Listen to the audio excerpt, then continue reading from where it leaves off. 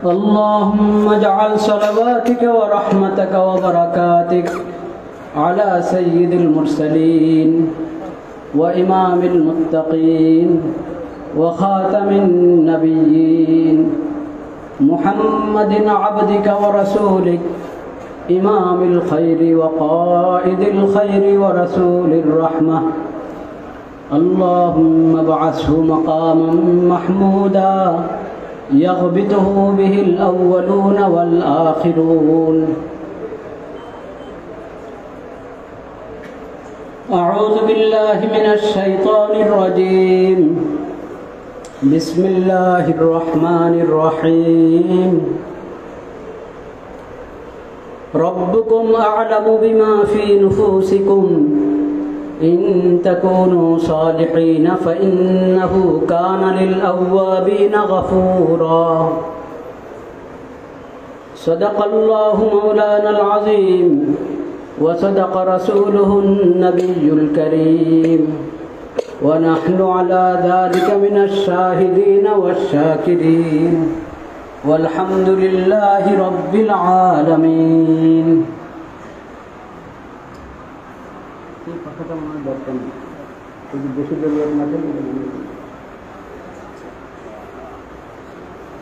লা ইলাহা ইল্লাল্লাহ, লা ইলাহা ইল্লাল্লাহ। আল্লাহ রাব্বুল আলামিনের বড় মেহেরবানি, আল্লাহ তাআলা আমাদেরকে দ্বীনের ফিকির নিয়ে, ইসলাহের ফিকির নিয়ে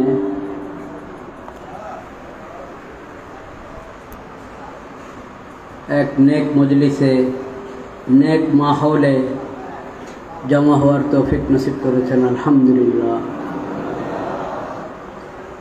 اللهم ما أمسى بي من نعمة أو بأحد من خلقك فمنك وحدك لا شريك لك فلك الحمد ولك الشكر.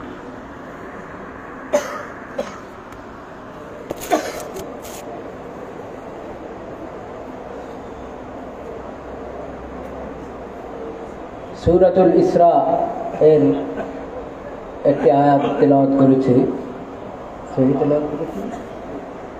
রব্বুকুম আ'লামু বিমা ফি নুফুসিকুম ইন তাকুনু সালিহিন ফাইন্নাহু কানা লিল আওয়াবিনা গফুরা। তোমাদের রব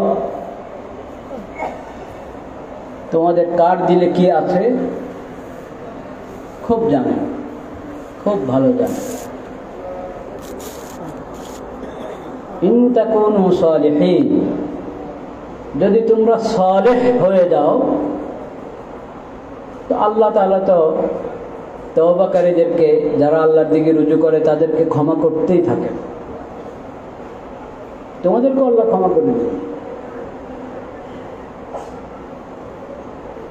যদি তোমরা সালেহ হয়ে যাও। কাকে বলে সালেহ? এবং সালেহ হওয়ার যে আল্লাহ তাআলা নির্দেশ দিয়েছেন, তার শুরুটা হলো রব্বুকুম আ'লামু বিমা ফি নুফুসিকুম। তাহলে ইসলাহ শুরু নফসের ইসলাহ থেকে। নফসের ইসলাহ, আমলের ইসলাহ, এটা তখনই মজবুত হবে যদি নফসের ইসলাহ হয়। নফসের ইসলাহ ছাড়া আমলের ইসলাহ এটা টিকসই হয়। নফসের ইসলাহ, ইসলাহটা শুরু হতে হবে নফস থেকে, এবং সব দিক থেকে আমাকে সালেহ হতে হবে, জাহিরের দিক থেকে, বাতিনের দিক থেকে। মানুষের নজরে আমার জিন্দেগির যে অংশটা আছে, সেই অংশটা, মানুষের নজরের আড়ালে আমার জিন্দেগির যে অংশটা আছে, ওই অংশটা, দোনোটা সালেহ হতে হবে, দোনোটা ঠিক হতে হবে।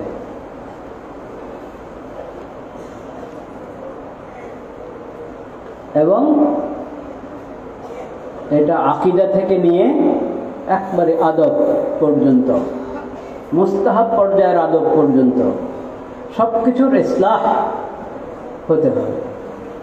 একদিনে সব করে ফেলতে পারবো, হয়তো এটা হবে না, কিন্তু নিয়তের মধ্যে থাকতে হবে পুরাটারই ইসলাহ কাম্য, এবং সেটা নিয়তে থাকতে হবে, আমলে কোশিশ জারি থাকতে হবে। ইসলাহের মধ্যে কোনো কানাআত নেই। আমাদের মুরব্বীরা বলে থাকেন ইসলাহের মধ্যে কোনো কানাআত নেই, মানে দুনিয়ার জাগতিক বিষয়ে যেরকম কানাআত, অল্প তুষ্টি, বস যা হলো যদ্দুর হলো আলহামদুলিল্লাহ। ইসলাহের বিষয়টা না। ইসলাহের বিষয় হলো ইসলাহটা চলমান প্রক্রিয়া, চলতে থাকবে।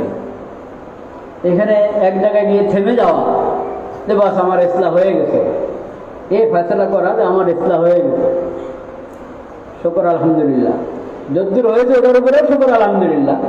কিন্তু একটা হলো মানে কি বলে ঢেকুর আসা নাকি আছে না, এটা একবারে এত শান্ত, এত পরিতৃপ্ত যে আমার আর ফিকিরে নাই, আমার ইসলাম হয়ে গেছে। এই ভাবটা, এই চিন্তাটা, এটা ভুল।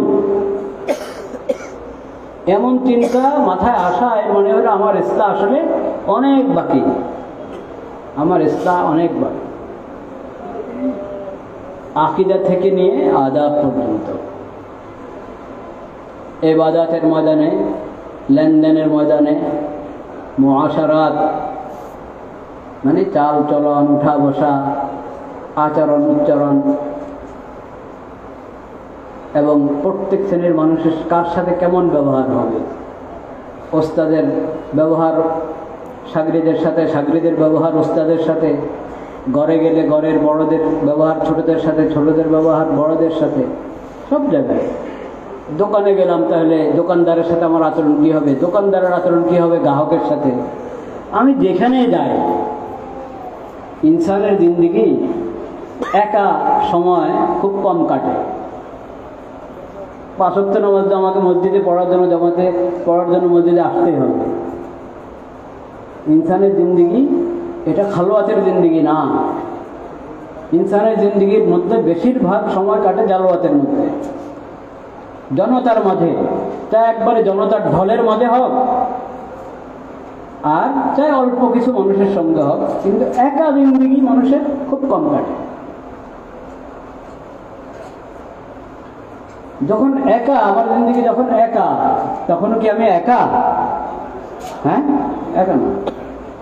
যখন আমি একা, তখনও একা না।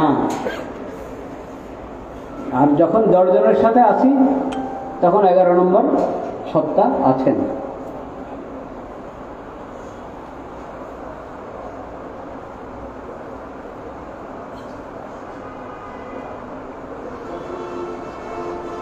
যখন যেটা আমি বলতে চাচ্ছিলাম, সাধারণত আমাদের কারো না কারোর সাথে উঠা বসা হয়, তো এটাই একটা মহাসারা, ছোট্ট মহাসারা। আর একবারে পুরো সমাজ নিয়ে বড় মহাসারা। মহাসারার দিক থেকেও আমাকে সালেহ হতে হবে, আখলাকের দিক থেকেও আমাকে সালেহ হতে হবে। এবং যার জিম্মাদারি যত বড়, যিনি একবারে পুরো আলম নিয়ে ফিকির করতে হয়, পুরা জাতি নিয়ে ফিকির করতে হয়, তার জন্য তার মুআশারার পরিধি তত বড়।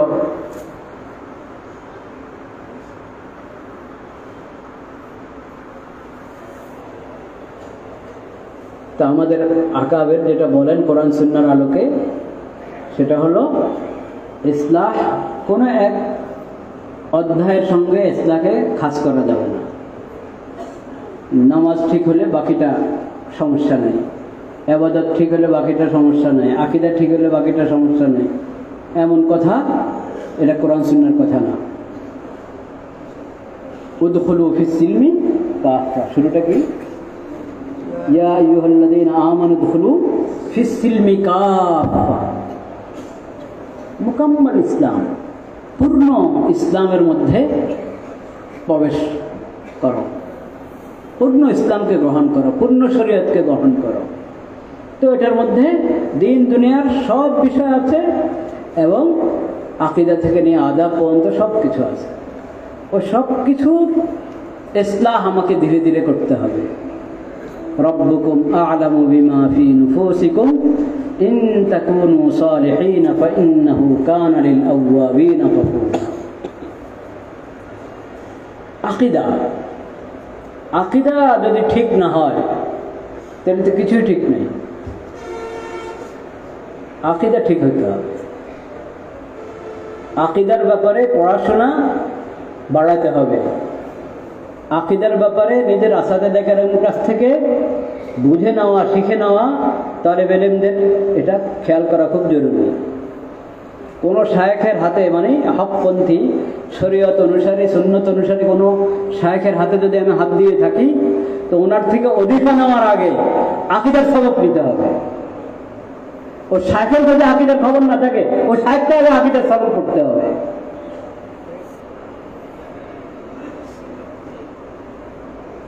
এবং আকীদা এটা যেমন ঈমানের মৌলিক আকীদা, যেগুলোর কোনো একটার মধ্যে সামান্য যদি কোনো সংশয় সৃষ্টি হয়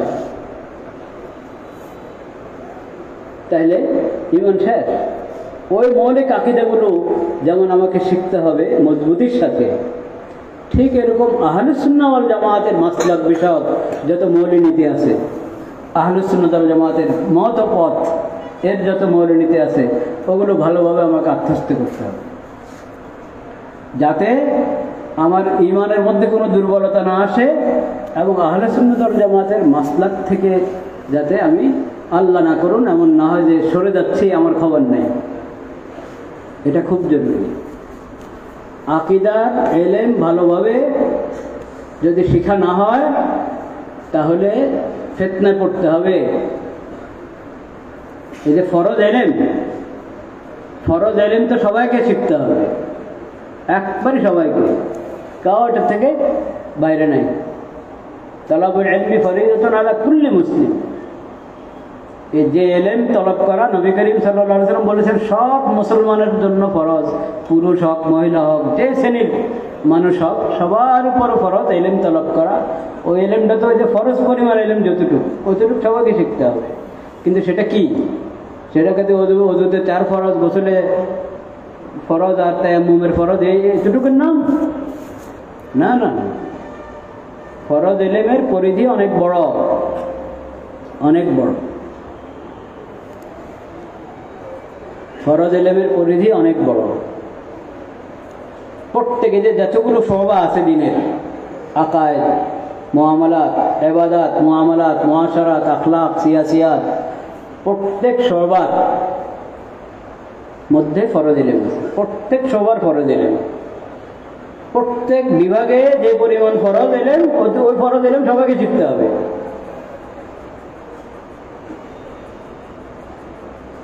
ঈমানের শাখা, ঈমানের শাখা সবগুলো শিখে নাই, ফরজ ইলম শিখা হয়ে যাবে? হালাল হারাম জায়েজ না জায়েজের মাসলা মাসাইল শিখে নাই, ফরজ ইলম শিখা হয়ে যাবে? বললে হবে নাকি? দ্বীনের কাজ, একটা কথা আছে দেখুন, দ্বীনের কাজ আছে না? কথা শুনুন না আপনারা? দ্বীনের কাজ, দ্বীনের মেহনত কাকে বলে? দ্বীনের মেহনত, দ্বীনের কাজ, দ্বীনই কাম।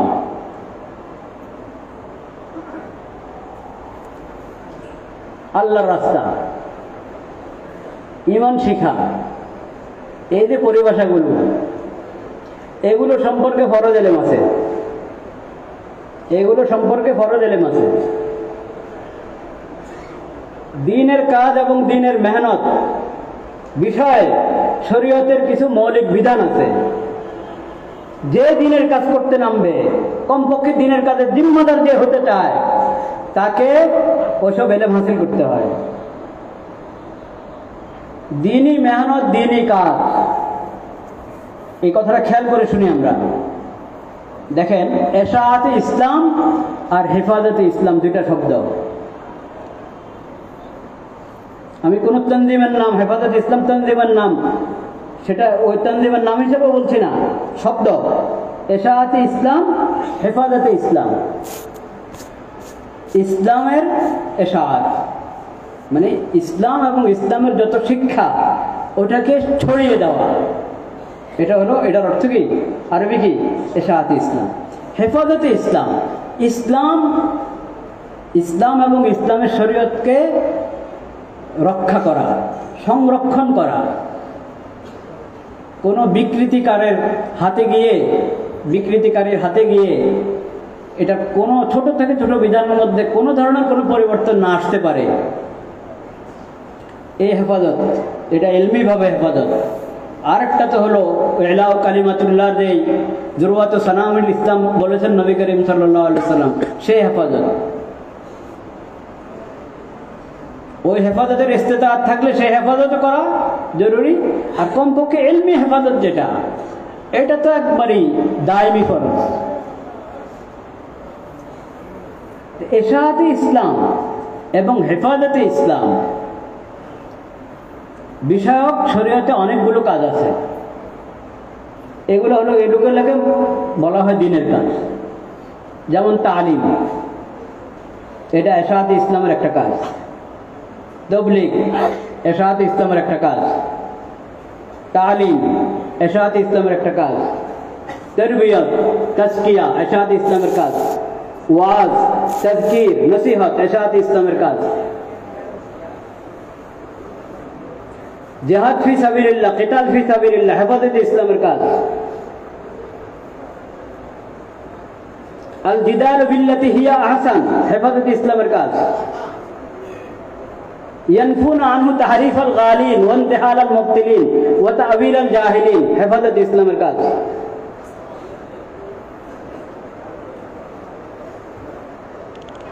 ইরশাদে ইসলাম এবং হেফাজতে ঈমান ও শরিয়ত, হেফাজতে ঈমান ও শরিয়ত,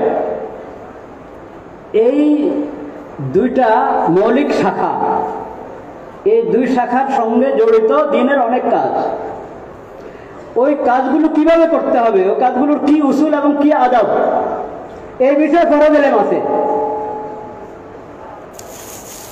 এই ফরজ ইলম হাসিল করা জরুরি। এটা ফরজে কিফায়া, এটা ফরজে কিফায়া। তার একটা অংশ তো ফরজে আইনও বটে, একটা অংশ ফরজে আইনও বটে, কিন্তু ফরজে কিফায়া হওয়ার ব্যাপারে কোনো সন্দেহ নাই।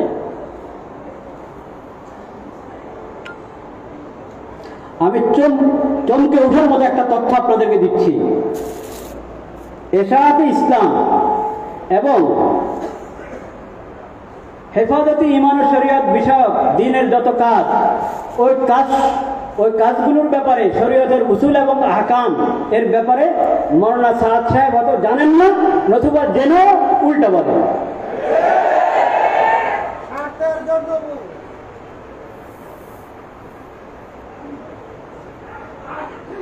আমি জানি না কেন কথা আসে।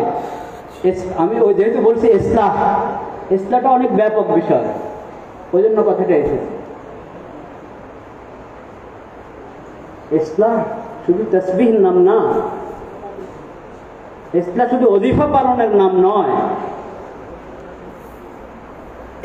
ইসলাহ শুধু 10টা যে আখলাক অন্তরের ভালোগুলো অর্জন করতে হবে, আর যেগুলো রোগ ব্যাধি ময়লা ওগুলো থেকে দিলকে পাক করতে হবে, শুধু অতটুকুর মধ্যে ইসলাহ সীমাবদ্ধ না। ওটা ইসলাহের বহুত বড় অংশ, বহুত বড় অংশ, গুরুত্বপূর্ণ অংশ। ওটারও একটা স্তর ফরজ, কিন্তু শুধু ওটার মধ্যে ইসলাহ সীমাবদ্ধ না। কেউ এটাকে ইসলাহ থেকে বের করে, আর কেউ এটাই ইসলাহ কথা মনে করে, দুটোটা ভুল। কিছুদিন আগে হযরত মাওলানা ইব্রাহিম দেওলা দামাত এই সনে, মানে 24-এর মধ্যে 2024-এর একটা বয়ান, সম্ভবত জুনের বয়ান মাওলানা ইব্রাহিম দেওলা সাহেবের, একবারে হযরত মাওলানা আবরারুল হক হরদুইর নাম নিয়ে বলেছেন विशाल मजलिस से मजमा है। मौलाना अबरारुल हक सब कहते थे, अब ठीक कहते थे कि ये काम काफ़ी है, ये काम नाफे है, काफ़ी नहीं, नाफे है काफ़ी नहीं। কিন্তু এই কথা মৌলানা সাদ সাহেব বিশ্বাস করবে? তার জবান দিয়ে জিন্দিগিতে বের হবে? কখনো বের হবে না। সে এর উল্টাটাই বলতে থাকে সবসময়। নিজামুদ্দিনের মেহরাব থেকে মুনকার কথা বের হতে থাকে, আর ওইদিকে গুজরাতে ইব্রাহিম দেওলা সাহেবের বয়ান শোনা, ফয়দা এলাহিতে ইব্রাহিম দেওলা সাহেবের বয়ান শোনা, ওখানে সহি কথা যেটা এলেমের সাথে সামঞ্জস্যশীল। এই যে দিনী কাজগুলোর ব্যাপারে যে মৌলনীতি, একটা বড় মৌলনীতি এটা, রফিক বানো ফরিক না বানো। হজরতের এই কথা, হজরত হারজুইর এই কথা ইব্রাহিম জোল্লা সাহেব বয়ান করেন বিশাল তবলিগের মাজমাতে। নাফে হয় কাফি নেই এটাও বয়ান করেছেন, এবং কি কি ইসলাহযোগ্য বিষয় আছে সব বয়ান করেছেন ইব্রাহিম জোল্লা সাহেব। পার্থক্য যদি বুঝতে চান যে কে তবলিগকে ডুবাচ্ছে আর কে তবলিগকে ওটাকে চলমান রাখতে চাচ্ছে, গতিশীল রাখতে চাচ্ছে, এই দুই ব্যক্তির বয়ান শুনলে হবে। মাওলানা সাদের বয়ান শুনেন, ইব্রাহিম জোল্লা সাহেব দামাত বারাকাতুহুর বয়ান শুনেন। দুই বয়ানে মিলান, যারা বুঝেন উর্দু এবং এলেম আছে, কোনটা সহি কোনটা গলত এটা তামিজ করার সামর্থ্য আছে, দুই ব্যক্তির বয়ান শুনেন। দুই ব্যক্তির বয়ান শুনলে বুঝবেন কোনটা হক কোনটা বাতিল।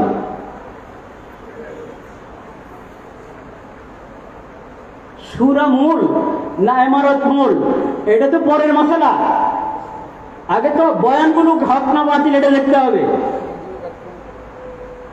ইমারতের নিজাম আসল না সূরার নিজাম আসল, ধরে নিলাম ইমারতের নিজাম আসল, কিন্তু আমির সাহেব গোমরাহির কথা বলতে থাকবে, বাতিল কথা বলতে থাকবে। যে বিষয় আমি যথাযথ পড়াশোনা করি নাই, যথাযথ তথ্য আমার কাছে নেই, ওই বিষয়ে কথা বলা অন্যায়।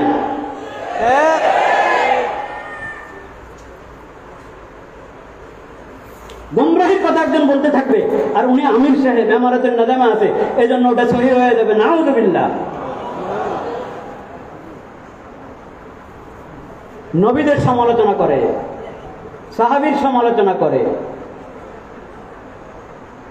এবার এই মাসেই তো নাকি না গত মাসে সাউথ আফ্রিকাতে ওই ইজতেমাতে গিয়ে ওখানে বলে এসেছে ওহুদের যুদ্ধের সময় আব্দুল্লাহ ইবনে উবাই যে রইসুল মুনাফিকিন, মুনাফিকদের সর্দার, তার সঙ্গে নাকি 300 সাহাবী চলে গেছে। বলেন নাউযুবিল্লাহ। তার সঙ্গে তো মুনাফিকরা গেছে, মুনাফিকদেরকে তুমি সাহাবা বলবো? 300 সাহাবা চলে গেছে, 300 সাহাবা। মুনাফিকদের জন্য সাহাবী শব্দ ব্যবহার করছ। আরবি ভাষায় আবিধানিক অর্থ হিসেবে সাথীদেরকে সাহাবী বলে, আসহাব। আসহাব শব্দ আরবি ভাষায় সাহাবায়ে কেরামের জন্য যেরকম ব্যবহার হয়, সাথী সঙ্গীদেরকেও আরবিতে আসহাব শব্দ বলে। আরবিতে আবিধানিক অর্থে আসহাব শব্দ লেখা হয়েছে তারিখের কিতাবে। সেই আসহাব শব্দকে তুমি বাংলায় উর্দুতে বলবা সাহাবা বললে কি মানুষ সাথী সঙ্গী বলবে? সাহাবীদের সঙ্গে থাকে, মুনাফিক কিন্তু সাহাবীদের সঙ্গে থাকে, এই অর্থ বুঝবে মানুষ নাকি সাহাবীর অর্থ বুঝবে? কিভাবে তুমি বলো যে সাহাবায়ে কেরাম 300 সাহাবা চলে গেছে? সবাই তো এটাই বুঝেছে যে সাহাবী রাসূলুল্লাহ সাল্লাল্লাহু আলাইহি ওয়াসাল্লাম সাহাবী, যাদের ঈমান আছে রাসূলুল্লাহর উপরে, ওরা চলে গেছে, এটাই তো বুঝেছে সবাই।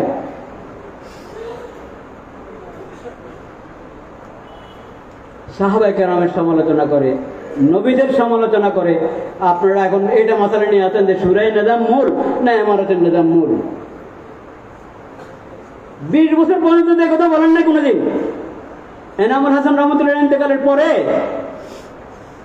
2014 পর্যন্ত, তখন তো সূরা নিজামে চলছিল, তখন তো কোন হুজুরের মুখে শুনি নাই সূরা নিজাম গলত। সূরা নিজাম থেকে সরে তোমরা ইমারতের নিজামের দিকে আসো। যে গুমরাহ ব্যক্তি নেজামউদ্দিনের মিম্বরে মেহরাবে বড় বড় ইজতেমার মধ্যে গুমরাহির কথা বলা শুরু করেছে, এখন ইমারতের নিজাম আসন। সুবহানাল্লাহ।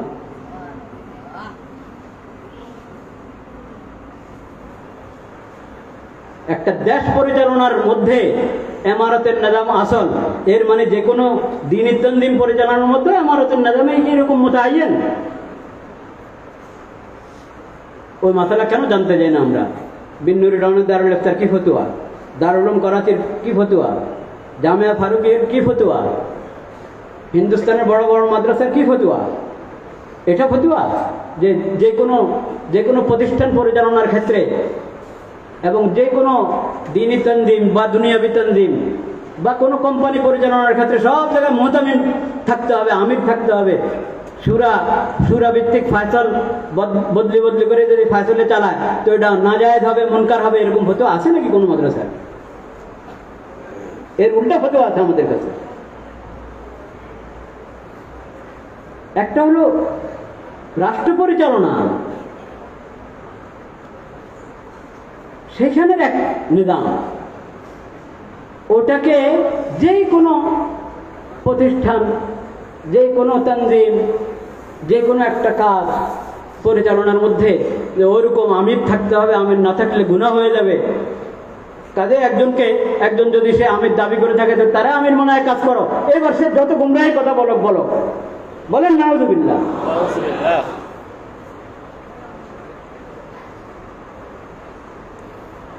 ভাইরা আমার, এটা মানে হালকাভাবে নেওয়ার সময় না।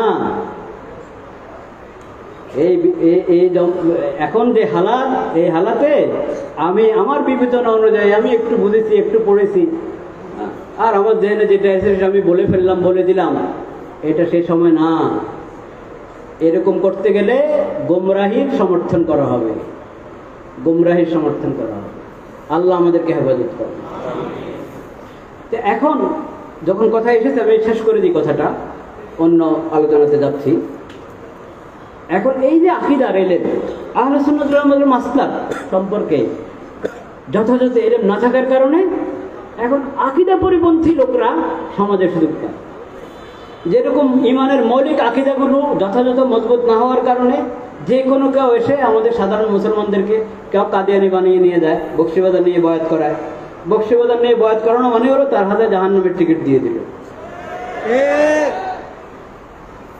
কেউ এসে তাদেরকে আহলে কোরআন বানায়। আহলে কোরআন মানে কোরআন অবমাননাকারী, রসুল অবমাননাকারী, হাদিস অস্বীকারী। কেউ এসে হিজবুত তাওহীদ বানায়। হিজবুত তাওহীদ মানে তাওহীদ অস্বীকারী।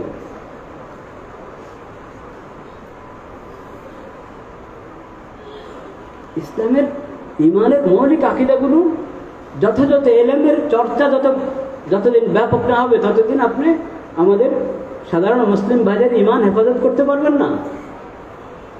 কারণ তাকে যখন মুলহিদ জিন্দিক যারা, তারা যখন তাদের কাছে দাওয়াত নিয়ে আসবে না, তো দেখবেন যে ওরা ধরতে পারবে না যে এদের জিন্দিক, এদের মুলহিদ ধরতে পারবে না, ও প্রভাবিত হয়ে যাবে। কারণ প্রত্যেকে কুফরের দাওয়াত, শিরিকের দাওয়াত, নেফাকের দাওয়াত নিয়ে আসে। আরে আমার চোখ আল্লাহর মধ্যে ভালো আছে, তোমরা যে যত দূর থেকে মোবাইল উঠাবার এখান থেকে দেখা যায়।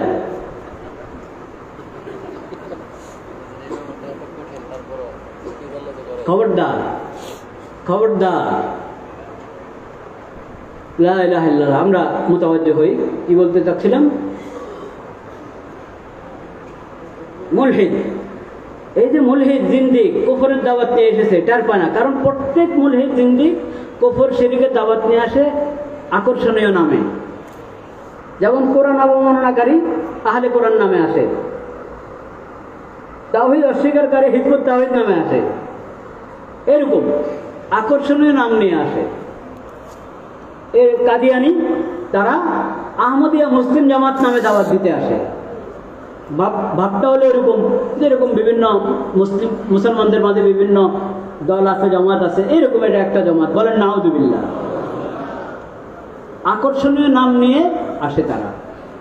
কিন্তু যদি আকীদার এলেম মজবুতভাবে শেখা হয়, অর্থাৎ কোন আকীদার কি তাফসীর কোরআন হাদিসে আছে, এক। দুই নম্বর, এই আকীদা পরিপন্থী কি কি মতবাদ, কোন কোন মতবাদ, কোন কোন চিন্তা চেতনা, কোন কোন কথা কাজ এই আকীদার বিপরীতে যায়, ওই সব বিস্তারিত এলেম শিখতে হবে। আকীদা শিখলে তখন এই যখন দাওয়াত নিয়ে আসবে, তখন সে যত সুন্দর করে এই আকর্ষণীয় করে নিজের দাওয়াত পেশ করো, ধরে ফেলতে পারবে যে না এটা সমস্যা আছে, এর সমস্যা আছে। আকীদার মজবুত এলেম না হলে শুধু আমানতু বিল্লাহ কামা হুয়া বিআসমাহি এতটুকু দিয়ে এবং আমানতু বিল্লাহি ওয়া মালাইকাতিহি ওয়া কুতুবিহি এতটুকু দিয়ে ঈমান হেফাজত করা যাবে না। ঈমান হেফাজত করা যাবে না। ঈসাইদের দাওয়াত থেকেও তো ঈমান হেফাজত করতে পারে না।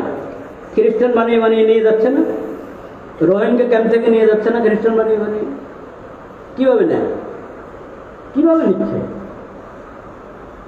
ওরা ওইভাবে ধোকা দেয় যে তোমাদের ধর্মের মধ্যেই তো আছে, ইসলামের মধ্যেই তো আছে, ও কুতুবিহি ও রসুলিহি।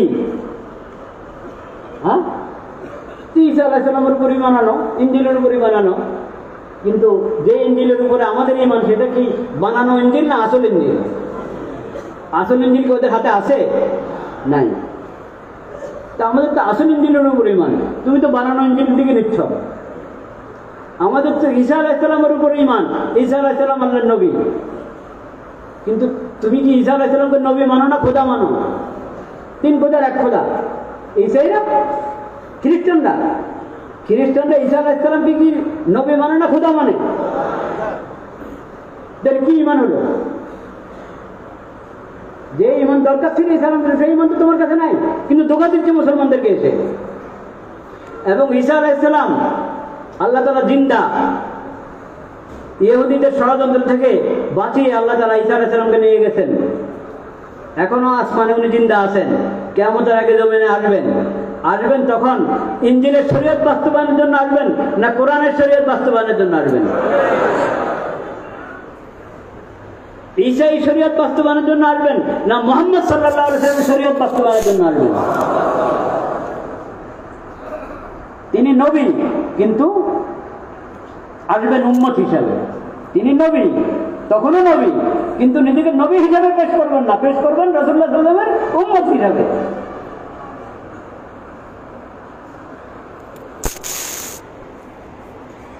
সেজন্যই মুহাম্মদ সাল্লাল্লাহু আলাইহি ওয়াসাল্লাম খাতামুন নবিয়্যিন। ঈসা আলাইহিস সালাম তো মুহাম্মদ সাল্লাল্লাহু আলাইহি ওয়াসাল্লামের আগের নবী না পরের নবী? আগের নবী। যখন আসবেন তখনও তিনি নবী, কিন্তু নিজেকে নবী হিসাবে পেশ করবেন না, পেশ করবেন মুহাম্মদ সাল্লাল্লাহু আলাইহি ওয়াসাল্লামের উম্মত হিসাবে। এই জন্য মুহাম্মদ সাল্লাল্লাহু আলাইহি ওয়াসাল্লামের উম্মতের পিছনে নামাজও পড়বেন।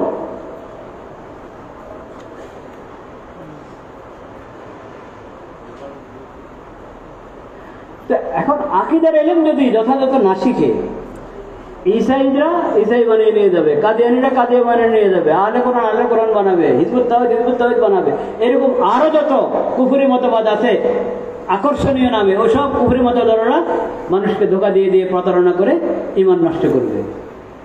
এই জন্য এখন সবার দায়িত্ব আকীদার ইলম শিখেন। আলেমদের কাছে গিয়ে, বিজ্ঞ আলেমদের কাছে গিয়ে আকীদার বিস্তারিত ইলম, দলিল নির্ভর ইলম শিখতে হবে। আহলে সুন্নাত ওয়াল জামাতের মাসলাকটা ভালোভাবে বুঝতে হবে।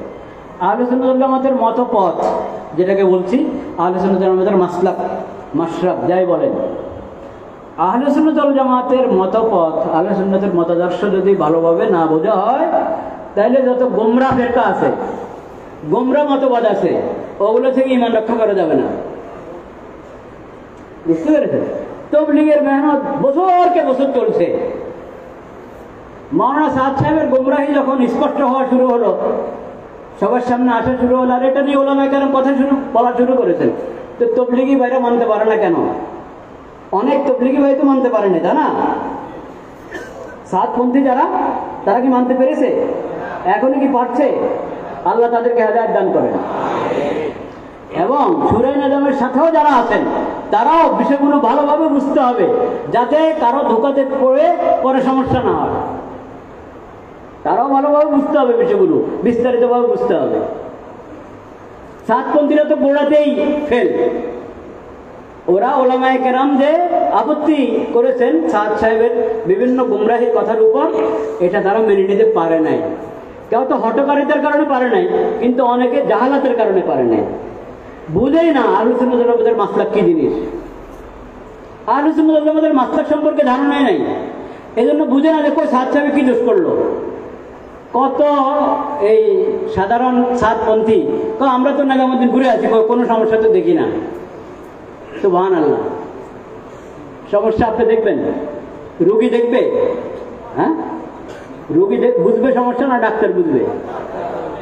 আমি ডাক্তারের কাছে গিয়েছি, আমি বললাম যে আমার ইয়াতে কি বলে হাঁটুতে পায়ে ব্যথা, আমি সুন্নত মোতাবেক বসতে পারি না তাহিয়াতের সময়, ডান পায়ে উঁচা করে বসতে হয়, উঠায় বসতে হবে, আমি বসতে পারি না, বিছিয়ে দিতে হয়। তো আপনার সমস্যা কমরে? আমি না, আমার কোমরে তো আল্লাহর মতে ব্যথা নাই, খুব অনেক কখনো কখনো ব্যথা হয়, কিন্তু তেমন কোনো সমস্যা তো আমি কোমরে। কেন আপনার সমস্যা কমরে? এখন আমি যদি রুগী হয়ে আমি বলি ডাক্তারের সাথে বলে দূর আপনি আমার সমস্যায় বুঝেন আমি যাই, হবে না? ডাক্তারের কথা মানতে হবে, ডাক্তারের কথা মানতে হবে। আমি ওনাকে আরও বললাম ডাক্তারকে যে আমার কাছে উনি নিজের থেকে কোন প্রসঙ্গে বলছেন আপনার ইয়েটা এই যে বক্ষদেশটা আর কি কি বলে এটাকে সিনা, হ্যাঁ এটা এটা মানে একটু আরেকটু বোঝা হলে ভালো হতো, এটা আপনারটা একটু বেশি সিধা, হ্যাঁ তো এই জন্য আপনার একটা কষ্ট এটা। আমি বলে একবার উল্টা কথা বললেন আপনি। আমি তো আমার কাছে মনে হয় যে আমি বোঝা,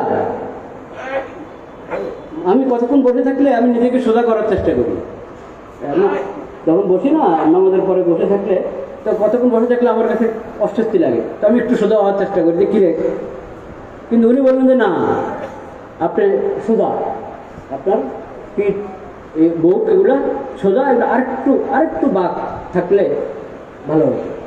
দেখেন এখন কি আমি আমার মত চালাবো না ডাক্তারটা শুনবো? তো এরা আমাদেরকে এসে বলে কি তো ওদের আমি তো বিয়ে এসে দিতে যাবো, কোনো সমস্যা নেই। সমস্যা তুমি বুঝবা, সমস্যা তুমি বুঝবা। তো এই যে আহলে সুন্নাত ওয়াল জামাতের মাসলাক সম্পর্কে ধারণা নেই, কি হেদায়েত কি গোমরাহি, বাস ইমানের মেহনত করে গেছে এমন ভাবে মাখলুক থেকে একিন সরাও, খালেকের উপরে একিন বসাও। এবার আমি কতটুকু বসাতে পারছি না পারছি সেটাও হিসাব নেই, কিন্তু বলার সময় ঠেকে কথা বলবো। এটার নাম ইমান শিখা? এতটুকু এত সস্তা না ইমান শিখা, পুরো আকীদা শিখতে হবে, আহলে সুন্নাত ওয়াল জামাতের মাসলাককে ভালোভাবে বুঝতে হবে। আহলে সুন্নাত ওয়াল জামাতের মাসলাক কি পরিচয়? এটা মা আনা আলাইহি ওয়া আসহাবিহি সংক্ষিপ্ত পরিচয়। মা আনা আলাইহি ওয়া আসহাবি, আমি এবং আমার সাহাবীগণ যে মত পথে আছি, যে রাস্তায় আছি, এটার সংক্ষিপ্ত একটা পরিচয়। দেখবেন আহলে সুন্নাত ওয়াল জামাত চিনে ফেললে তখন আপনি বুঝবেন যে এর বিপরীতটার দিকে আমি যাব না, বাস রেস আমি যাব না। সহজ পরিচয় আহলে সুন্নাত ওয়াল জামাতের চারটা আলামত। 1 নম্বর আলামত, আহলে সুন্নাত ওয়াল জামাত কখনো কোনো নবী রাসূলের সমালোচনা করে না। ব্যাস, কোনো আহলে সুন্নাত ওয়াল জামাতের কোনো ইমাম আপনি পাবেন না যে নবী রাসূলের সমালোচনা করে, কোনো নবী রাসূলের সমালোচনা করবে না। যাকে দেখবেন নবী রাসূলের সমালোচনা করে বুঝবেন যে সমস্যা আছে, আপনি দূরে থাকেন, আপনি দূরে থাকেন, যেই করবে। আহলে সুন্নাত ওয়াল জামাতের সমালোচনা যদি আমাদের দেওবন্দি ঘরের ঘরানা এই গণ্ডির বাইরের কেউ করে তো ওটা সমালোচনা নবী রাসূলের। আর দেওবন্দের সাথে সম্পর্ক আছে, দেওবন্দের সাথে আত্মীয়তা আছে, দেওবন্দের পুরানো কোনো মুরব্বীর খানদানের লোক, সে যদি নবী রাসূলের সমালোচনা করে তো এটা সমালোচনা না?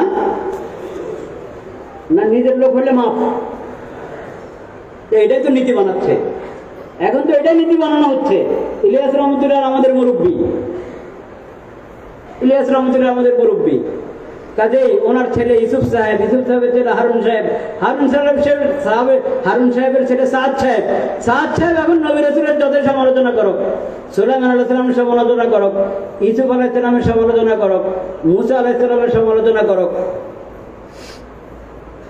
স্বয়ং হযরত নবী করিম সাল্লাল্লাহু আলাইহি ওয়াসাল্লামের সমালোচনা করুক, এবং এক কথা সকল নবীর সমালোচনা। আমাদের নবী ছাড়া একটা বক্তব্য সাদ সাহেবের আছে, আমাদের নবী ছাড়া সকল নবীর এক বাক্যে সমালোচনা করেছে, কঠিন সমালোচনা। বলেছেন উনি যে আমাদের নবী সাল্লাল্লাহু আলাইহি ওয়াসাল্লাম যে কোরবানি মেহনত মুজাহাদা করেছেন আল্লাহর রাস্তায়, যে কোরবানি করেছেন ওটা ছিল ইখতিয়ারি, স্বেচ্ছায় করেছেন। আর অন্য সকল নবীদের যে কোরবানি এবং মুজাহাদা ওটা ছিল ইস্তেরারি, মানে কি বাধ্য হয়ে, স্বেচ্ছায় না। এটা কি সমালোচনা কিনা নবীদের? আপনারা বুঝতে পারছেন? আর আমাদের সাধারণ তবলিগী সাথীরাও তো কোরবানি পেশ করে স্বেচ্ছায়। নবীরা কি দোষ করে বলেন? ওনার কি দরকার হয়েছে কথা বলা? দেন সকল নবী, আমাদের নবী ছাড়া সকল নবীর কোরবানি মেহনত মুজাহাদা এটা কি ইস্তেরারি, এটা কি বেয়াদবি কিনা নবীদের সাথে? তো আমাদের লোক বলেছে, আমাদের ইলিয়াস রহমতুল্লাহ আলাইহির খানদানের একজন বলেছে, এই জন্য এটা সমালোচনা না। আর যদি আমাদের আকাবেরের গণ্ডির বাইরের কাউ সমালোচনা করে তাহলে ওটা সমালোচনা হবে। এরকম না, যে সমালোচনা করে সেটাই সমালোচনা।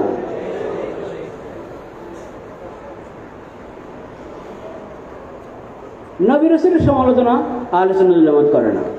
এক। দুই নম্বর, কোন সাহাবীর সমালোচনা করে না আহলে সুন্নাত ওয়াল জামাত। না আবু বকর ওমর, না ওসমান আলী রাদিয়াল্লাহু তাআলা আনহু, না মুআবিয়া রাদিয়াল্লাহু তাআলা আনহু, কারো সমালোচনা করে। কোন সাহাবীর যদি কেউ সমালোচনা করে আপনি বুঝবেন এখানে সমস্যা আছে, আপনি দূরে থাকেন। আহলে সুন্নাত ওয়াল জামাত কোন সাহাবীর সমালোচনা করে। আহলে সুন্নাত ওয়াল জামাত কোন ইমামের সমালোচনা করে না। আকীদাতুত তাহাবী যদি পড়ে থাকে তাহলে বলেন না আকীদাতুত তাহাবীতে এই আকীদা আছে। ওয়াল উলামা মিন আহলিল খাবরি ওয়াল আসার ওয়া মিন আহলিল ফিকহি ওয়ান নাযার লা ইসকারুনা ইল্লা বিল জামি' ওয়া মান যাকারাহুম বিসুইন ফাহুয়া আলা গায়রি সাবিল। আকীদাতুত তাহাবী আমাদের নেশাবের কিতাব। কোন ইমামের সমালোচনা করে না আহলে সুন্নাত ওয়াল জামাত, কোন ইমাম। ফিকহের মাযহাবের কোন ইমামের না, আবু হানিফা, শাফিঈ, মালিক, আহমদ রাহমাতুল্লাহি আলাইহিম। মাযহাবের কোন ইমামেরও না, হাদিসের কোন ইমামেরও না, এবং আকীদার কোন ইমামেরও না, সুলুক ও ইহসান তাসাউফের কোন ইমামেরও না, মানে হক তাসাউফের কোন ইমামেরও না। কোন ইমামের সমালোচনা করবে না। যাকে দেখবেন ইমামের সমালোচনা করে, হাদিসের কিতাব নিয়ে তাচ্ছিল্য করে, তাচ্ছিল্য করলে ইমানে থাকবে না, সমালোচনা করে। কোন সমালোচনাও বিভিন্ন স্তরের আছে, কোন কোন সমালোচনা করে ইমানে শেষ হয়ে যায়।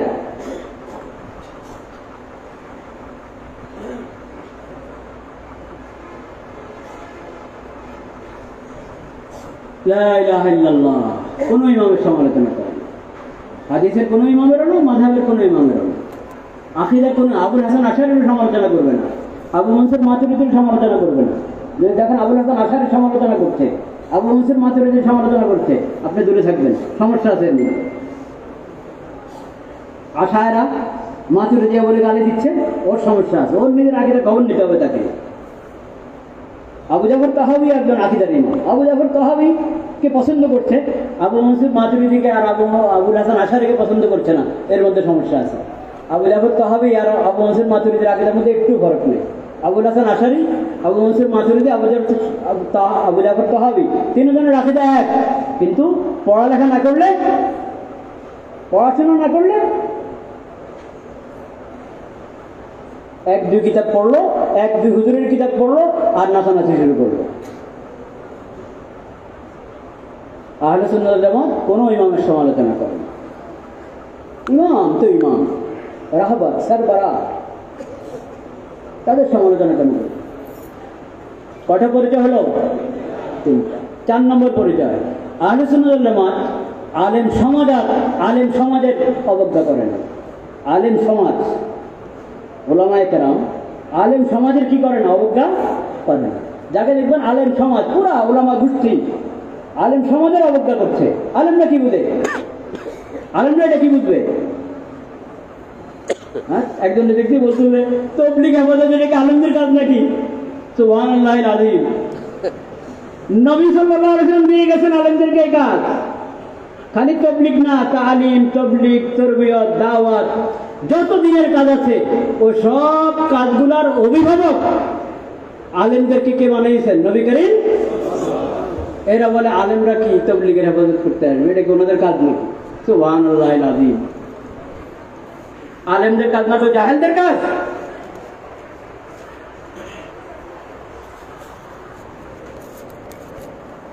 নবী করিম সাল্লাল্লাহু আলাইহি ওয়াসাল্লাম অভিভাবক বানিয়েছেন দ্বীনের সকল কাজে আলেমদেরকে। এই হাদিস শুনবেন, আপনারাও জানেন এক হাদিস, একটা জানেন, আল উলামা ওয়ারাসাতুল।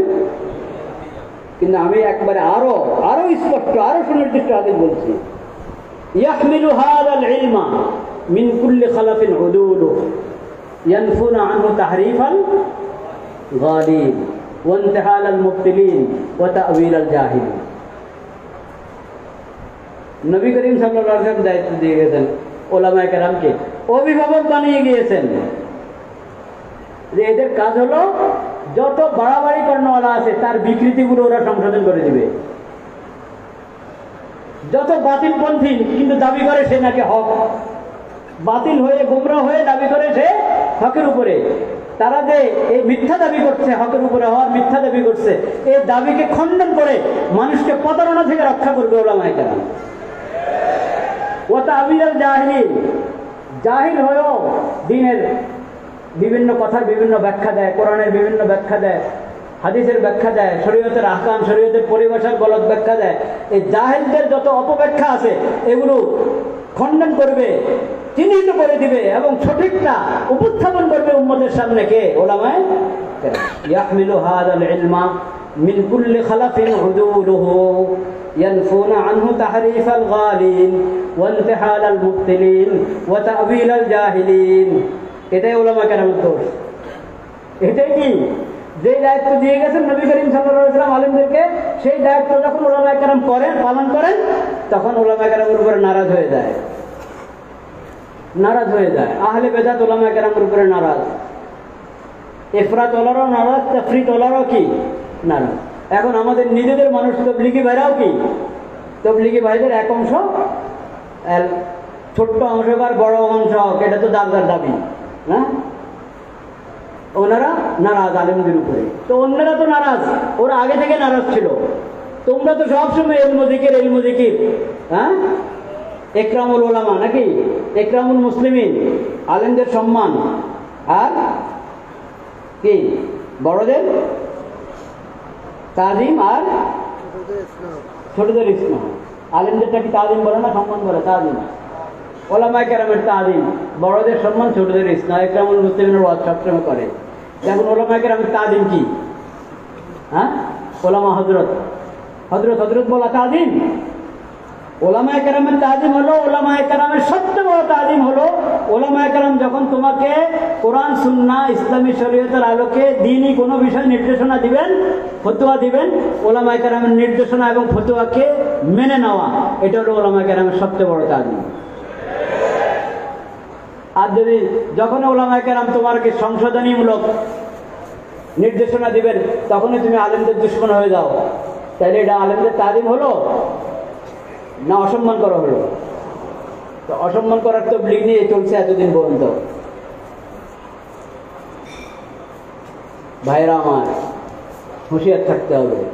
এই আহলে সুন্নাত ওয়াল জামাতের মাসলাক সম্পর্কে জানা না থাকার কারণেই এই সাথীরা বুঝতেই পারে না যে সাহেবের কি বলবে, দেখতে পারে না। এটা জানা থাকলে তো নিজেরাও ওই ধরনের ভুল করবে না, নিজেরাও তো বয়ানে বলে ফেলতে পারে এরকম গলত কথা। এক সাতপন্থী, এখনো সে সাতপন্থী, কিন্তু ঔরঙ্গাবাদের ইজতেমা সাহেব যখন নবী করিম সাল্লাল্লাহু আলাইহি সাল্লামের ওলেমার ঘটনা নিয়ে অসুন্দর বক্তব্য দিয়েছিল, আমি ভদ্র ভাষায় বলছি, অসুন্দর বক্তব্য দিয়েছিল, সমালোচনা করেছিল, তো একে তাঁতি ভাই সে এসেছিল, তখন কথা হচ্ছিল, আমি বললাম আপনি নিরপেক্ষভাবে চিন্তা করে দেখেন এটা কি সমালোচনা কিনা, এটা কি নবীর সুন্নতের উপরে আপত্তি তোলা হলো কিনা। সে কতক্ষণ খামোশ থেকে বলেছে যে না না এটা তো আসলে ঠিক হয় না। আর আপনার নাদারুড়ি দিল তো আমি ওনার থেকে শুনলে আমিও বলতাম, কারণ আমরা তো এটাকে নিতাম যে মানুষ ইসরাফ করে অলিমার মধ্যে, অলিমাতে অপচয় করে, সেটার বিরুদ্ধে বয়ান এরকম ধরে নিতাম আমরা। কিন্তু এটার ভিতরে যে এত বড় সমালোচনা হচ্ছে, এরকম সমালোচনা হচ্ছে নবী করিম সাল্লাল্লাহু আলাইহি ওয়াসাল্লামের একটা সুন্নত নিয়ে, এটা তো আমরা খেয়াল করতাম না, বুঝতাম না। এটা এতটুকু মেনে নিয়েছে আলহামদুলিল্লাহ, তাও তো কম কি, কিন্তু এখনো সে থাকতাম দিয়ে।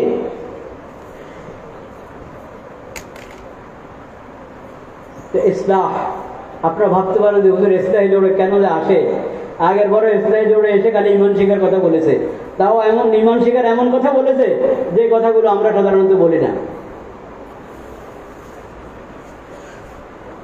কিন্তু এটা তো মদিনানগর মাদ্রাসার ইসলাহি জোড় নাকি। হযরত সন্দীপী রহমতুল্লাহ আলাইহি, হযরত মুহাম্মদ ইদ্রিস সন্দীপী রহমতুল্লাহ আলাইহি, ওনার কি চিন্তা ছিল, কি ফিকির ছিল?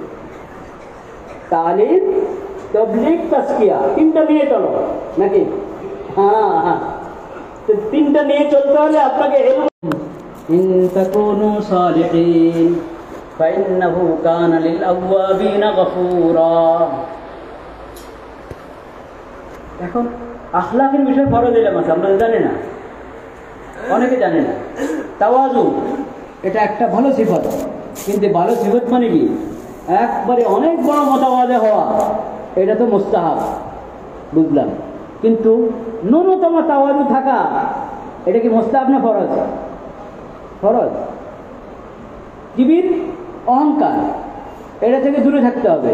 কিবিরকে একবারে মূল থেকে বের করে ইসলাহ করা, ওটা ওই পরিমাণ যদি নাও পারি, কিন্তু কিবিরের এতটুক সংশোধন, কিবিরের এতটুক সংশোধন যে কিবিরের কারণে যাতে আমার কবিরা গুনাহ না হয়, এতটুক সংশোধন করে নেওয়া, কিবিরকে এতটুক নিয়ন্ত্রণ করে নেওয়া ফরজ না মুস্তাহাব?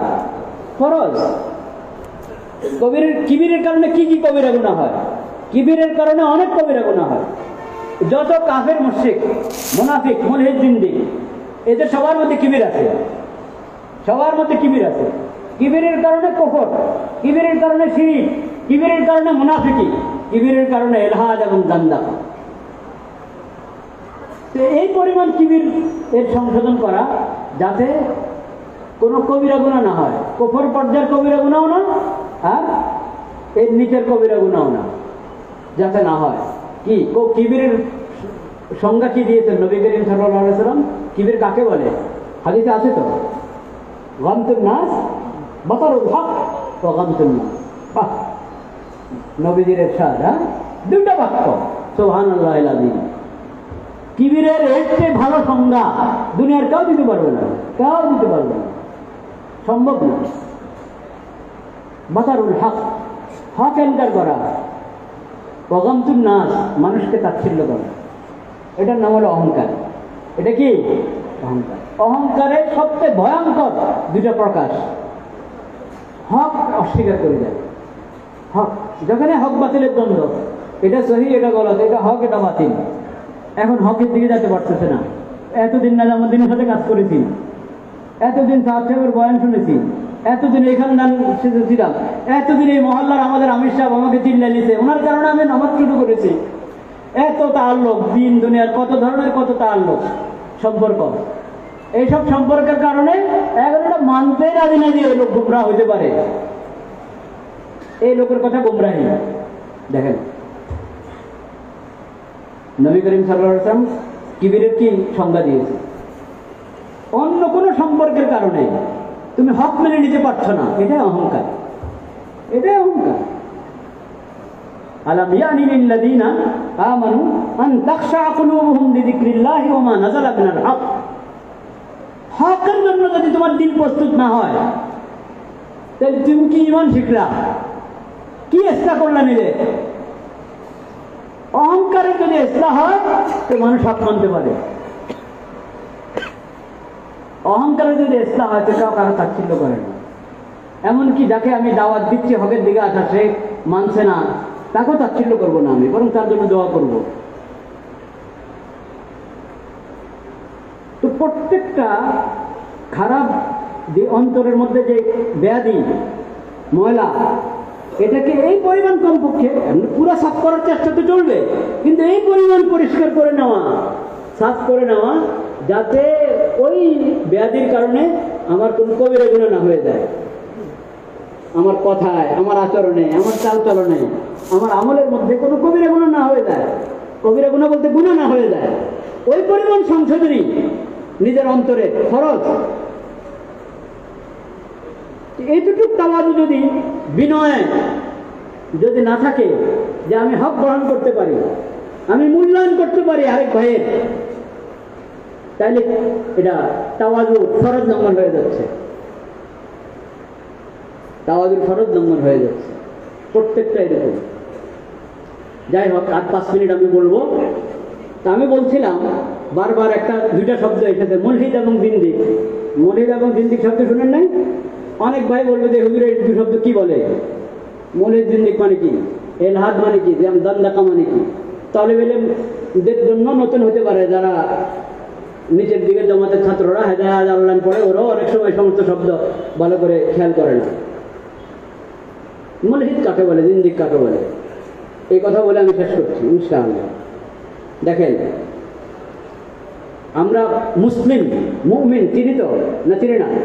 কাকে বলে মুসলিম, কাকে বলে মুমিন চিনি কি না? চিনি। কাকে বলে কাফের চিনি? হ্যাঁ, মুশরিক কাফের চিনি না? অবশ্যই চিনি। মুনাফিক, মুনাফিক কাকে বলে? মুনাফিক হলো যে ভিতরে ভিতরে কাফের, মুখে প্রকাশ করে মুসলিম, ভিতরে কি কাফের, অমুসলিম, ইসলাম গ্রহণ করে না, ভিতরে ভিতরে অমুসলিম, মুখে বলে মুসলিম, তাকে বলে মুনাফিক। কিন্তু আমরা কি মানুষের দিলের খবর জানি?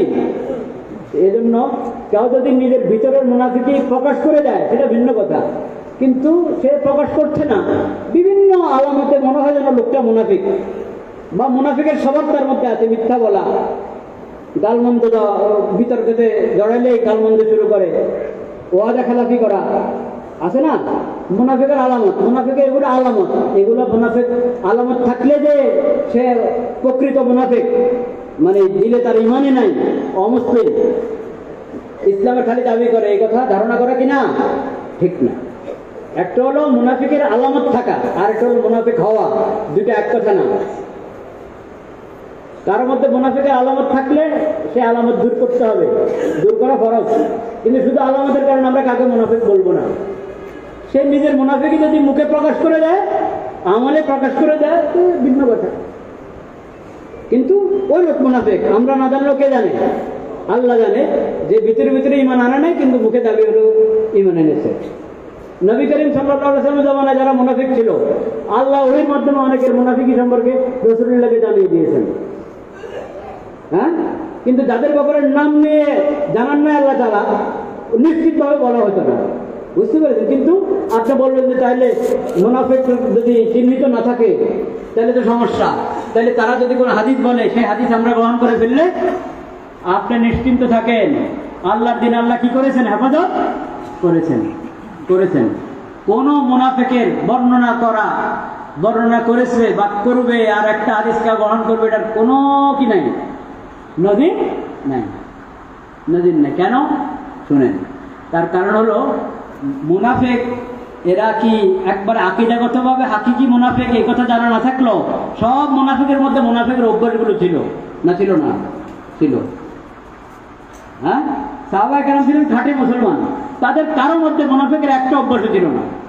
কোনো সাহাবী মিথ্যা বলতেন না, কোনো সাহাবী ওয়াদা খেলাফি করতেন না, কোনো সাহাবী গালমন্দ করতেন না, কোনো সাহাবী আরেকটা কি আলামত, আমানতের খেয়ানত করতেন না। সাহাবায়ে কেরামের মধ্যে এটা ছিল না। আমরা না আজকালের দুর্বল মুসলমান, দিন থেকে মুসলমান, কিন্তু আমলের মধ্যে অনেক ধরনের মুনাফিকের অনেক আলামত, এটা তো আমাদের সমস্যা।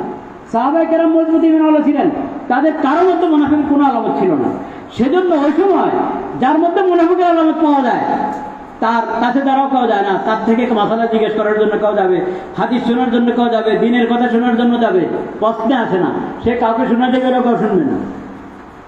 সেজন্য কোনো একটা হাদিস, কোনো আয়াতের একটা তাফসীর, দিনের কোনো একটা মাসালা, কোনো একটা বিধান, কোনো মুনাফিকের সূত্রে আমাদের কাছে আসে নাই। সব কিছু নবী করিম সাল্লাল্লাহু আলাইহি ওয়াসাল্লামের খাঁটি সাহাবায়ে কেরামের মাধ্যমে এসেছে। বলেন আলহামদুলিল্লাহ।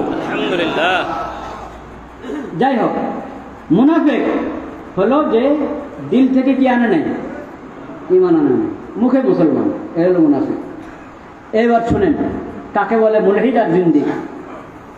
খেয়াল করেন, জিন্দিক আর মুলহিদ হলো যে তার কুফরি মতবাদকে কি দাবি করে? ইসলাম দাবি করে। কাফের, সে কাফের, কিন্তু বলে না যে আমার কুফরটা ইসলাম। হিন্দু, সে হিন্দু, নিজেকে মুসলমান দাবি করে না। তার হিন্দু মতবাদ যেটা, হিন্দুদের যে বিভিন্ন শিরিক কত কুফরি আছে, সে কি বলে যে এগুলো ইসলাম, এগুলো ইসলামের শিক্ষা, ইসলামের বিধান? কোনো হিন্দু বলে না। ইহুদিরা তাদের যত কুফরি মতবাদ আছে বলে যে এগুলো ইসলাম, বলে না।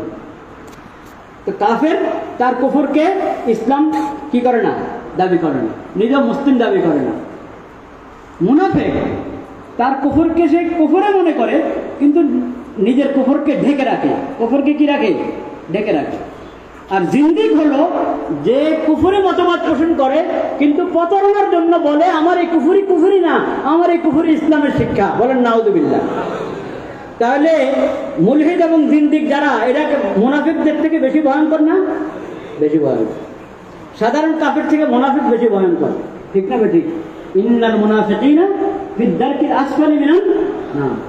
সাধারণ মুনাফিক যারা, মানে সাধারণ কাফের থেকে মুনাফিক যারা, এরা বেশি কি ভয়ঙ্কর, আল্লাহর কাছে বেশি নিকৃষ্ট, এজন্য একবারই দুজকের শেষ স্তরে তাদের যারা। আচ্ছা, আর জিন্দিক এরা মুনাফিকদের চেয়ে আরো বেশি ভয়ঙ্কর, বলেন নাউযুবিল্লাহ। কারণ মুনাফিক সে নিজের কুফরকে ঢেকে রাখে, নিজের কুফরকে ঢেকে রাখে, নিজেকে মুসলমান দাবি করে, কিন্তু নিজের কুফরগুলোকে ইসলাম হিসাবে, ইসলামের শিক্ষা হিসাবে পেশ করে না। পক্ষান্তরে জিন্দিক এবং মুলহিদ যারা, তারা কুফরি মতবাদ পোষণ করে, কিন্তু নিজেদের কুফরিগুলোকে ইসলাম দাবি করে, নিজেদের কুফরিগুলোকে কোরআন হাদিস দিয়ে প্রমাণ করার চেষ্টা করে। তাহলে কাদিয়ানীরা কি সাধারণ কাফের? কাদিয়ানীরা কি শুধু মুনাফিক কাফের? কাদিয়ানীরা হলো জিন্দিক কাফের। আহলে কোরআনরা জিন্দিক কাফের, হিজবুত তাওহীদ জিন্দিক কাফের। সাধারণ কাফের থেকে ভয়ঙ্কর হলো মুনাফিক, মুনাফিকদের থেকে আরো ভয়ঙ্কর কাফের হলো জিন্দিক, যারা নিজেদের কুফরি মতবাদগুলোকে কোরআন হাদিস দিয়ে প্রমাণ করতে চায়, নিজেদের কুফরি মতবাদগুলোকে ইসলাম এবং শরীয়তের নামে প্রচার করতে চায়। নিজেরা জিন্দিক হয়ে মুনাফিকদের থেকে জঘন্য ধরনের কাফের হয়েও নিজেদেরকে মুসলিম হওয়ার দাবি করে, বলেন নাউযুবিল্লাহ। আকীদার ইলম যদি মজবুত ভাবে না শিখি আমরা, তো জিন্দিকদের থেকে বাঁচার উপায় আছে? মনে রাখবেন জিন্দিক কত ভয়ঙ্কর। কাদিয়ানীরা সাধারণ কাফের না, মুনাফিক সাধারণ কাফের থেকে বেশি ভয়ঙ্কর মুনাফিক, আর মুনাফিকদের থেকে বেশি ভয়ঙ্কর কাফের হলো জিন্দিকরা। আর এই জিন্দিকের মধ্যে সবচেয়ে জঘন্য হলো কাদিয়ানীরা, যারা নিজেদেরকে আহমদিয়া মুসলিম জামাত হিসাবে প্রকাশ করে, অথচ তারা আহমদ সাল্লাল্লাহু আলাইহি ওয়াসাল্লাম, মুহাম্মদ সাল্লাল্লাহু আলাইহি ওয়াসাল্লামের অনুসারী না, তারা গোলাম আহমদ কাদিয়ানীর অনুসারী, গোলাম আহমদ কাদিয়ানীর উম্মত। আল্লাহ তাআলা শেষ উম্মত ঘোষণা দিয়েছেন এই উম্মতকে। হেদায়েতের সর্বশেষ আসমানি কিতাব কি? কোরআন কারীম। হ্যাঁ, সর্বশেষ নবীকে হযরত মুহাম্মদ মুস্তাফা, আল্লাহর পক্ষ থেকে দেওয়া সর্বশেষ শরীয়ত ইসলামী শরীয়ত, মুহাম্মদ সাল্লাল্লাহু আলাইহি ওয়াসাল্লামের কি শরীয়ত। সর্বশেষ উম্মতকে মুহাম্মদ সাল্লাল্লাহু আলাইহি ওয়াসাল্লামের উম্মত। এই উম্মতের বাইরে গিয়ে আখিরাতে নাজাত পাওয়া যাবে, জান্নাত পাওয়া যাবে? কিন্তু ওরা হলো গোলাম আহমদ কাদিয়ানীর উম্মত, কিন্তু তাদের উপাসনালয়ের মধ্যে লিখে রাখে লা ইলাহা ইল্লাল্লাহ মুহাম্মাদুর রাসূলুল্লাহ। এটা প্রতারণা কিনা? মুহাম্মদুর রাসূলুল্লাহ যে লেখে, এটা প্রতারণার জন্য লেখে, কিন্তু প্রতারণা করতে গিয়ে আবার নিজেদের খুব ভালো জানে যে ওরা যে লা ইলাহা ইল্লাল্লাহ মুহাম্মাদুর রাসূলুল্লাহ 1450 বছর আগে, 1400 বছর আগে কোথায় জন্মগ্রহণ করেছেন? মক্কা মুকাররমা। হিজরত করে গেছেন কোথায়? মদিনা মুনাওয়ারা। তারপরে ইন্তেকাল করে গেছেন, তার কবর হলো রওজায়। ঠিক কি ঠিক না? তো কাদিয়ানীরা বলে 1300 বছর পরে মুহাম্মদ সাল্লাল্লাহু আলাইহি ওয়াসাল্লাম আবার কাদিয়ানে জন্মগ্রহণ করেছেন গোলাম আহমদ কাদিয়ানের রূপে। কবে বলবেন নাউযুবিল্লাহ। আচ্ছা, এবং এইবার দ্বিতীয়বার যখন কাদিয়ান গোলাম আহমদ কাদিয়ানের রূপে মুহাম্মদ সাল্লাল্লাহু আলাইহি ওয়াসাল্লাম এসেছেন, এখন উনি আগের চেয়ে আরো বেশি পরিপূর্ণ, আরো বেশি ওনার মর্যাদা, বলেন নাউযুবিল্লাহ। তো যারা মুহাম্মদ রাসূলুল্লাহ, তারা উদ্দেশ্য হলো গোলাম আহমদ কাদিয়ানী, আর গোলাম আহমদ কাদিয়ানী মুহাম্মদ রাসূলুল্লাহ সাল্লাল্লাহু আলাইহি ওয়াসাল্লাম থেকে আরো বেশি আকমাল, আরো বেশি পূর্ণতা লাভকারী। এরা বেঈমান হওয়ার ব্যাপারে কোনো সন্দেহ আছে? তারপরে যদি ওরা কালিমা লেখে, এটা প্রতারণা কিনা? নিজেদের উপাসনাটাকে মসজিদ বলে, এটা প্রতারণা কিনা? হুঁশিয়ার, আকীদা শিখি, আহলে সুন্নাহর মাসলাক ভালোভাবে বুঝি, তাহলে কোনো গোমরাহ ফিরকার দাওয়াতও আমরা যাব না ইনশাআল্লাহ। আর কোনো বেদিন বেঈমান ফিরকার সাথে দাওয়াত তো কোনো প্রশ্নে আসে না। আমরা ঈমান হেফাজত করতে পারবো ইনশাআল্লাহ, যদি আকীদার ইলম ভালোভাবে শিখি। আল্লাহ আমাদেরকে তৌফিক নসিব করেন। ওয়া আখিরু দাওয়ানা আলহামদুলিল্লাহ।